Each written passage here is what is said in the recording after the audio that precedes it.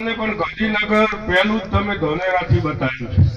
પહેલા ધારાસભ્ય 95માં ધાનેરાથી ગાંધીનગર જોયું છે અને તમે સૌએ ઘણા વડીલો થોડા જતા રહ્યા બીજા હશે તો જે બધી ટોપો તમારા સમક્ષ પણ કરી છે। પણ યુવાન મિત્રો સમય ખરાબ હતો, ચૂંટણી લડ્યા તો અહીંયા શાળામાં એડમિશન નતા હાલતા કે નહીં હાલે એડમિશન તો હવે એ પૂછ્યું યાદ હશે ઘણી જગ્યાએ પાણી બંધ કરી દીધા,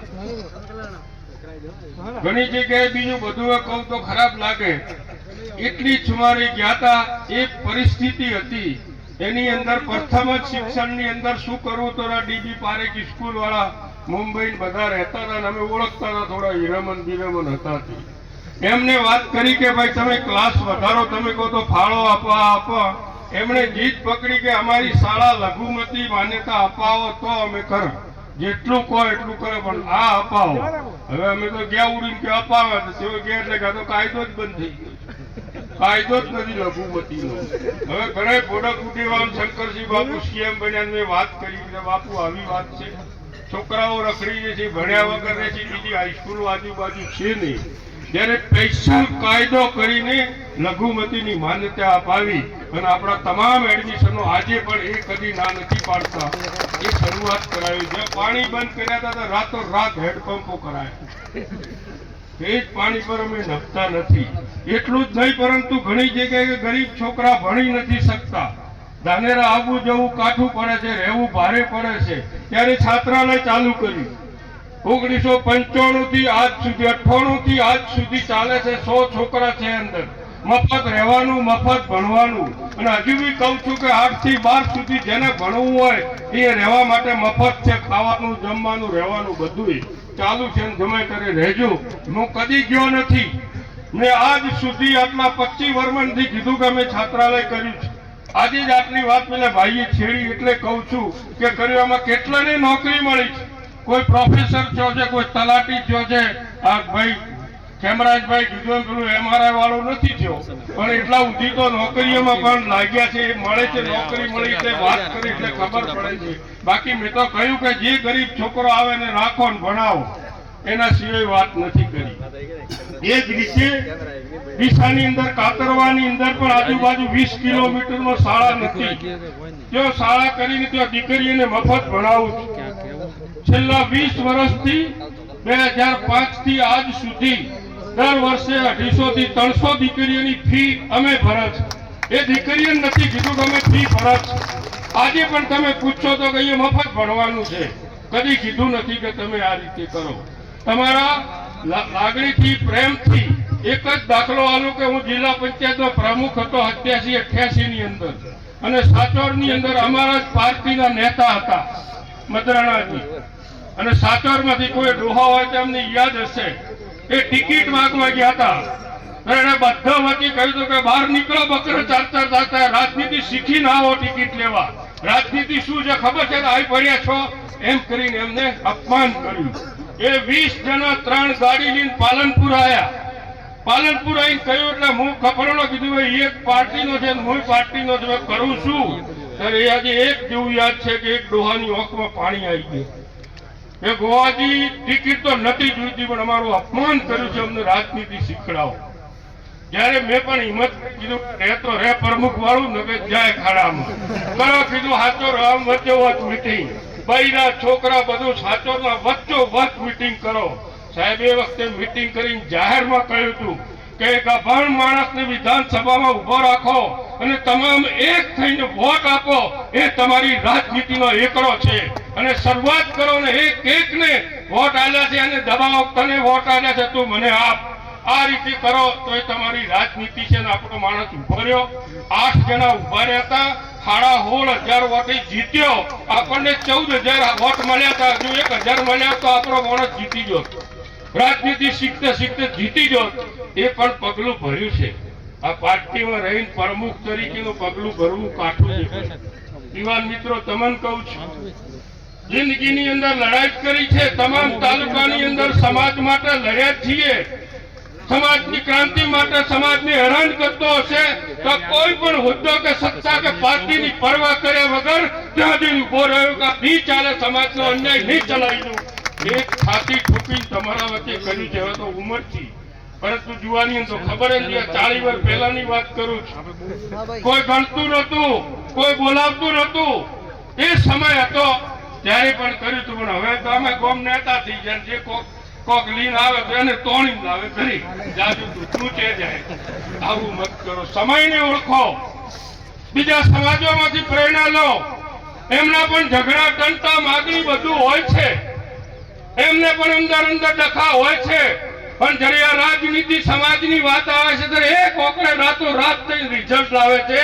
એ શીખવાની આપણે જરૂર છે, એ ગ્રહણ કરવાની આપણે જરૂર છે. તો કંઈક નું કંઈક આપણે મેળવી શકશું. હું નહીં હું તો તમે આવશો એવું નથી. તમારા નસીબમાં હશે તો હું હોય તો પણ તમે આવશો. તમારામાં લખેલું હશે તો હું ગમે એટલા પ્રયત્ન કરું તો તમે આવશો. આ તો હું ઘરે જઉં તો તમે આવરા એવું નથી. મત મેલો ઘરે.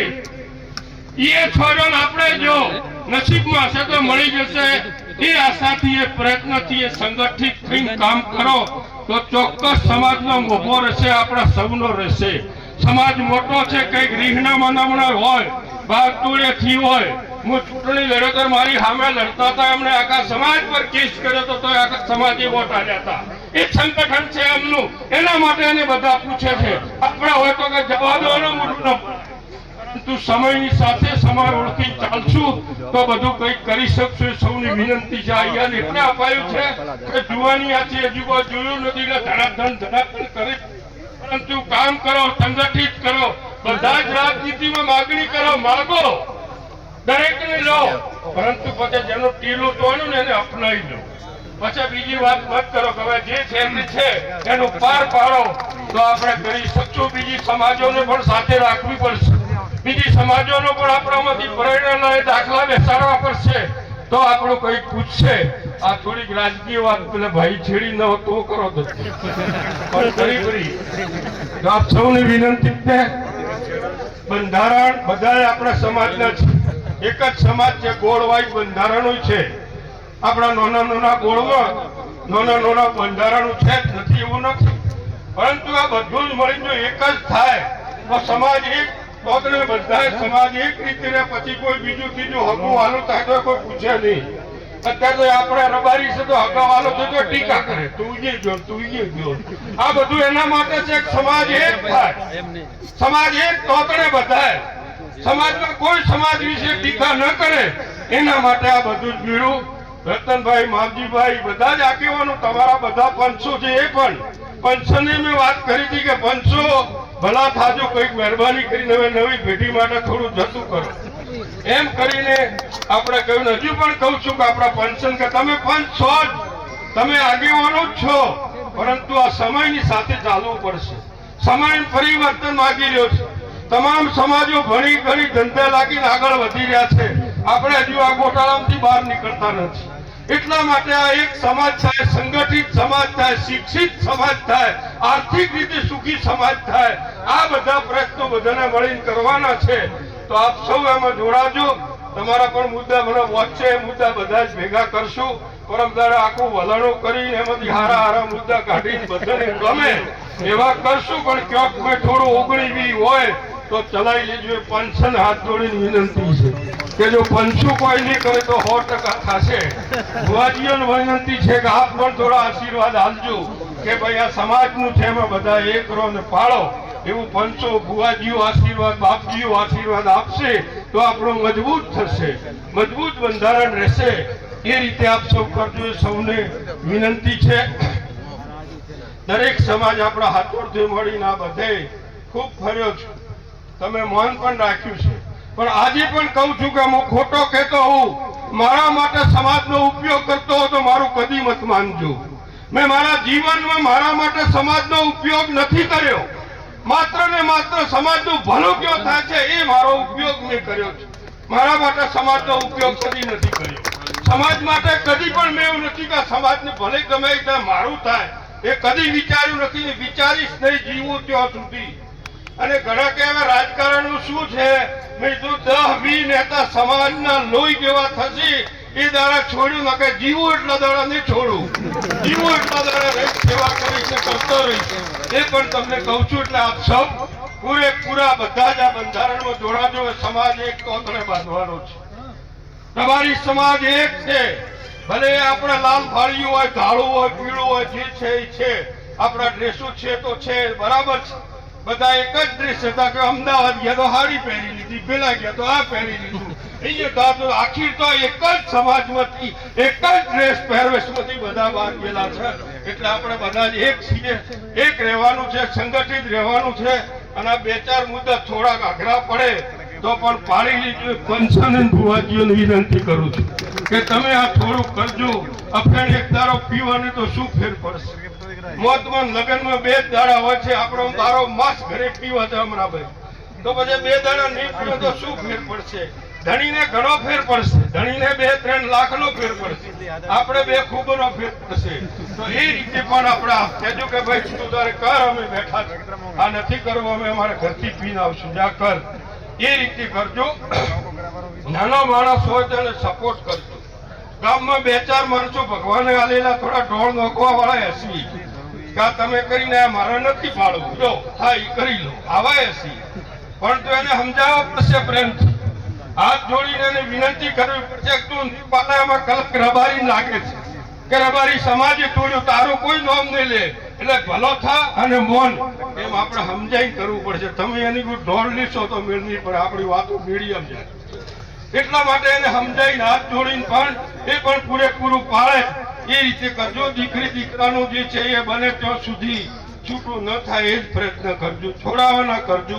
ઘણી જગ્યાએ તમારે તો છે કે નથી કહેતો, પણ અમારે તો શું છે, એકનું તૂટે એટલે બીજો હવે બેટો ઘાટમાં આવ્યો છે એને હરખો કરો. હવે તે ભેળું થાય કો પેલા જ ભેળું થવા નથી તો ગરદની ક્યાંથી ભેળું કરે? એના માટે આપ સૌ થોડું મોટું મન કરીને, ભલે થોડા નોનાથી એમાં તમે નોના સમાજમાં કે ભગવાનના ઘરે નથી થતા, ભલે એની એમ લાગે કે નોનાથી આવ્યા છે, અને હાથ જોડીને કે ભાઈ ભલો થા તો હમેટી લે, એકબીજાને આવતા જત કરીને છેવટે ન થાય તો કે હવે ઘરે જે સામાજિક રિવાજ છે કરીને એને પૂરું કરો. એ કારણ ક્યાં સુધી 5-5, 10-10 વાર સુધી આ બધા બેઠા હોય છે એકબીજાની જીત પકડી, આમાંથી નીકળી જાય એવું. પણ ગામ દીઠ 5-5 માણસો આ ઉપાડી લો, 5-5 માણસો ભેગ પહેરી લો સમાજનો, કે સમાજ માટે ગમે તે કરે તો પણ મારે માર ખાઈને પણ સમાજનું કામ કરવું છે, સમાજનું સારું કામ કરવું છે, એવો 5-5 માણસો ભેગ પહેરીને તો સમાજ ઉપર આવતા વાર નહીં લાગે. શિક્ષિત સમાજોની પહેલા જતા વાર નહીં લાગે. તમામ ક્ષેત્રે ખેમરાજભાઈ કહ્યું એમ આઈએસ કે આઈપીએસ થતા વાર નહીં લાગે. અને એ પણ ખેમરાજભાઈ અમારા અમદાવાદની અંદર જો સારો છોકરો ટેલેન્ટ હોય તો આઈપીએસ આઈએસ ના વર્ગ પણ ત્યાં ચાલે છે રેક્ટની અંદર. એ અલગ રેકની અંદર વ્યવસ્થા છે કે સારો ટેલેન્ટ છોકરો છે અને ભણે એવો છે તો એને અલગ ટ્રેનિંગ આપવામાં આવે છે, હાલ ચાલુ છે. એવો કોઈ દીકરો હોય તો પણ અમદાવાદ રેક્ટમાં મૂકજો, તો વ્યવસ્થા છે. એટલે એમ જે ફી કરી છે પણ આપણે અહીંયા લોકલ કરવી છે, કારણ કે બહાર ચોપડી જ ન ભણે તો કે બધી હેરસ થાય. એટલા માટે અહીંયા લોકલ પણ વ્યવસ્થા જે કરી છે એમને તમને બધાને પણ ધન્યવાદ, ધારાસભ્યને ધન્યવાદ કે જરૂરી છે. શિક્ષણનું ખૂબ જરૂરી છે. શિક્ષણ હશે તો જ બધી સમસ્યાઓ દૂર થશે. અને શિક્ષણ પણ સંસ્કારી શિક્ષણ. છોકરો કોલેજમાં જાય, કોલેજમાં જાય ને રવડ્યા કરે તો મા બાપ કે સારું કર્યું તો એ સારો છોકરો નહીં થાય. છોકરાને કહેવાનું કે સંસ્કારથી ભણવા જાય, નતર ગમે ને ગમે તે અડાવડું રખડવાનું નહીં. એ મા બાપ અથવા વડીલોની જવાબદારી છે કે દીકરી દીકરાને ટોકવાના, તો આપણો ભરમને આપણું રહેશે. એના માટે આ પણ કરજો, ખૂબ ભણાવજો, ખૂબ આગળ વધારજો.